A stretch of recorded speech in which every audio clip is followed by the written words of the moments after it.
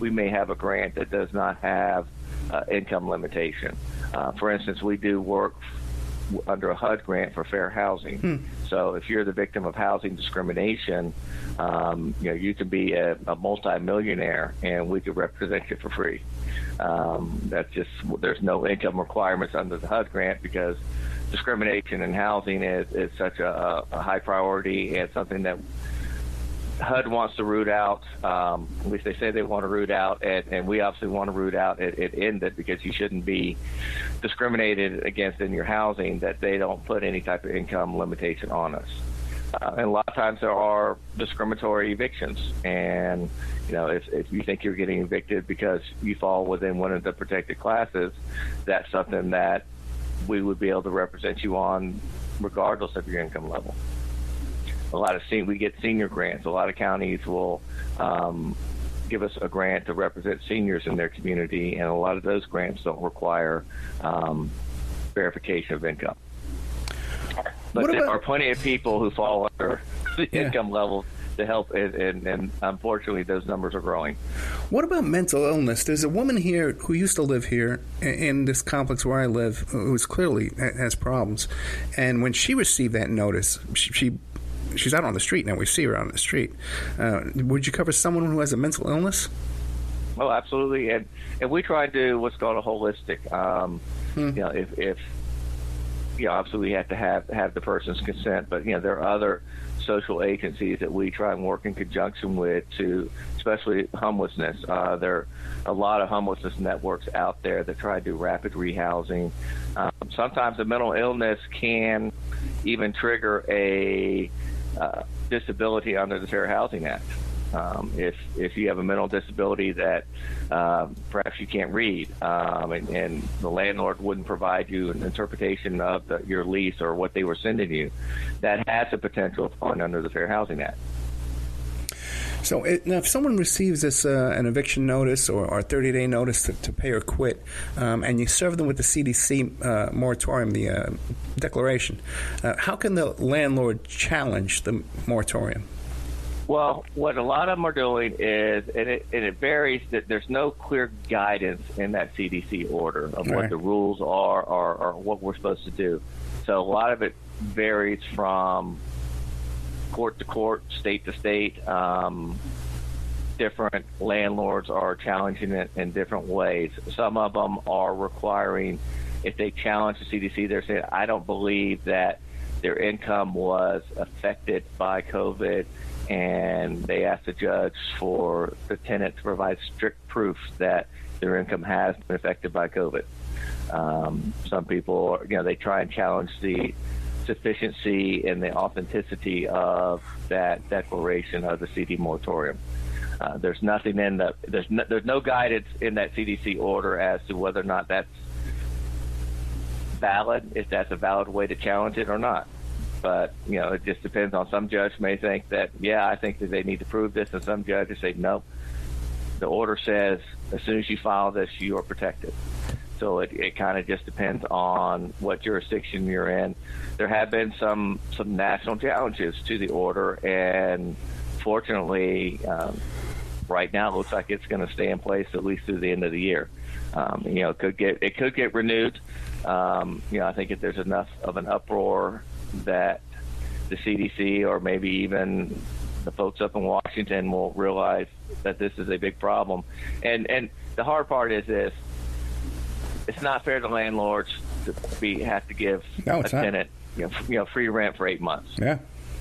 And they have bills to pay as well. And somehow, some way, there needs to be some type of balancing act, because we can't have 23 million people on the streets homeless. And the thing that's even scarier about all this, I think, this is my own personal opinion, is, especially in the state of Florida, and that's all I can speak to, is once you get an eviction, that eviction stays on your record for 7 years. And landlords, when you go to apply for new places, they pull those types of records. And a lot of times they'll see, prior eviction, and that gives you the strike that, obviously this person has had issues before coming up with the rent, and we're not going to rent to them. But like what you were saying earlier about empty apartments, and that's what I I don't understand if do the landlords think that there's a waiting list of people to get into all these apartments. Rent prices keep going up. If it's an affordable housing complex, then yes, there will be a waiting list. But if it's here in Central Florida, the average one bedroom is over $1,000 a month. Yeah. And I don't really think that there's a huge waiting list of people wanting to get into $1,000+ a month apartment.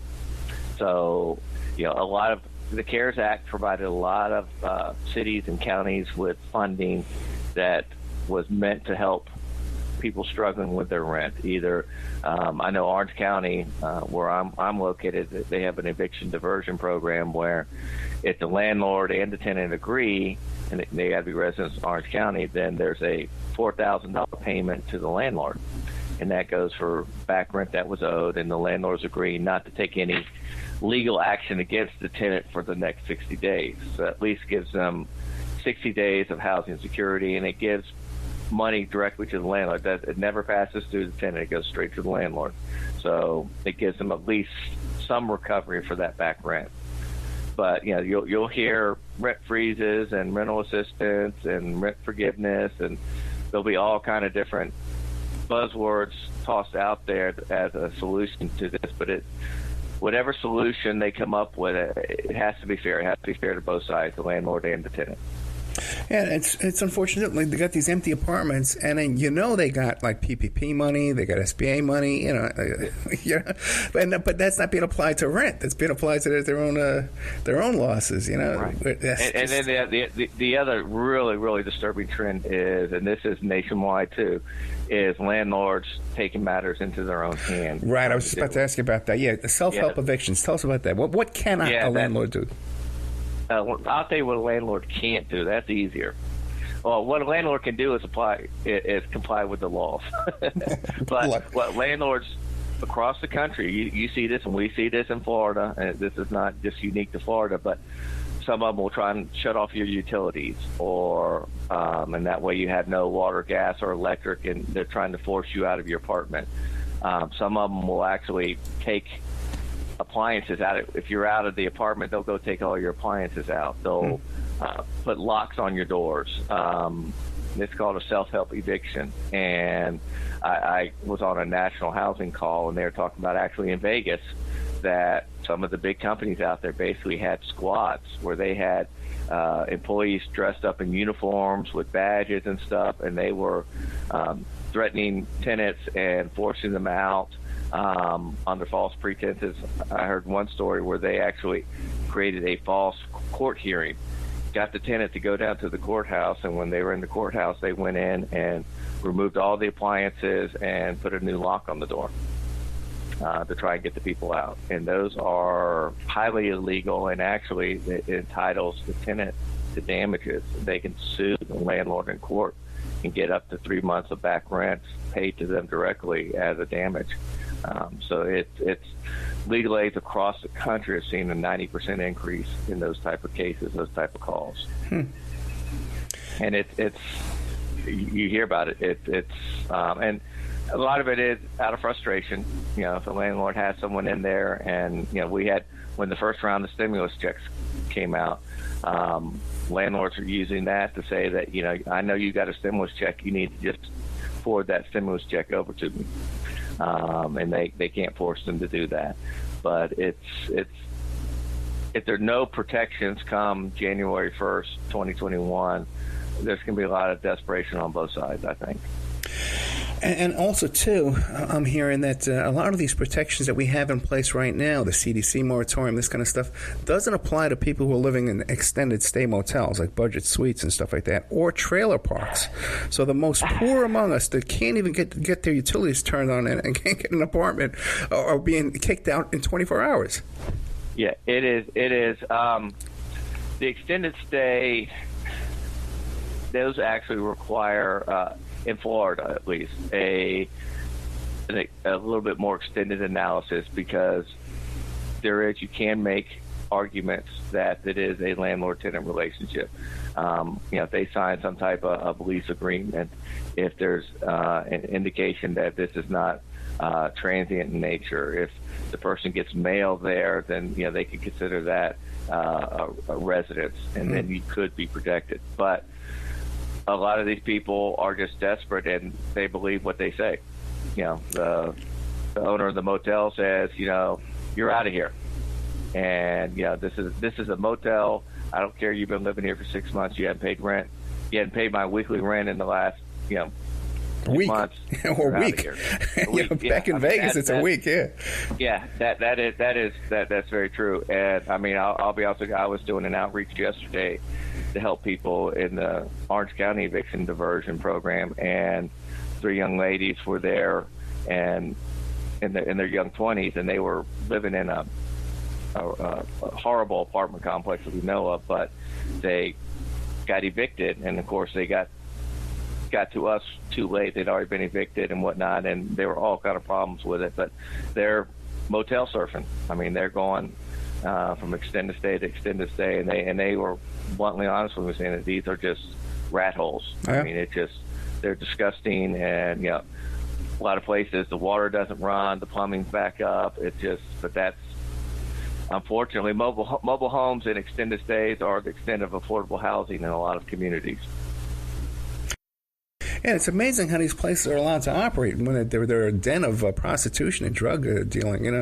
It's horrible. It really is. And people, I'm from Vegas, and I'm a private investigator and paralegal back in Vegas, and I work with attorneys back in Vegas. So a lot of people come to me for help, and a lot of people still come to me for help back in Vegas. And over there, they don't let you stay in the same room for 30 days. You got to switch rooms. Yeah, well, that's a tactic. I know. And they can say, look, no, they were transient. Look, they moved from room 1 to room 3, so that shows they're transient, and they're required. I've heard those stories as well.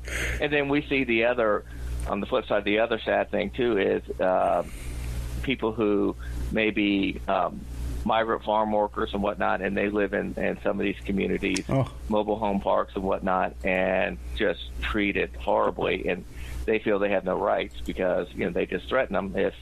If you complain, guess what? We're going to call ICE, and you're out of here. So they have to just suck it up and live in deplorable conditions and get treated horribly. They'll tow off cars and say that you were parked illegally. If you want your car back, you got to pay us X amount of dollars. I had a gentleman yesterday that came in that same program that they filed a eviction notice saying that you didn't pay for your utility pole charge.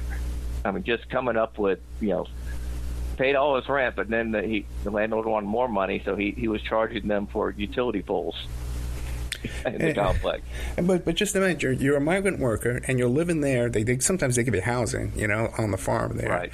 And then you're working for them. Well, they call it housing, right? Yeah, right. And then you're so isolated from town that they're bringing you your food and your supplies.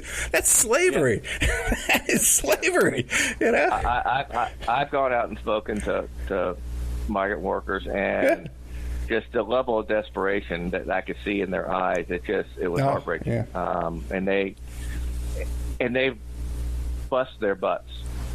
It's not like they're sitting back doing nothing. I mean, they're working 15-hour days and still getting treated that way, and it's just horrible. It really is. So and they know they got them captured. Yeah. They need to get that. They'll pay them under the table and pay in cash, and then they take their portion for their services. Here's your housing. We're taking this out of your paycheck and your pay cash. Yeah. So there are a lot of problems in housing throughout the country, and it's a lot of it just comes back to the affordable housing crisis.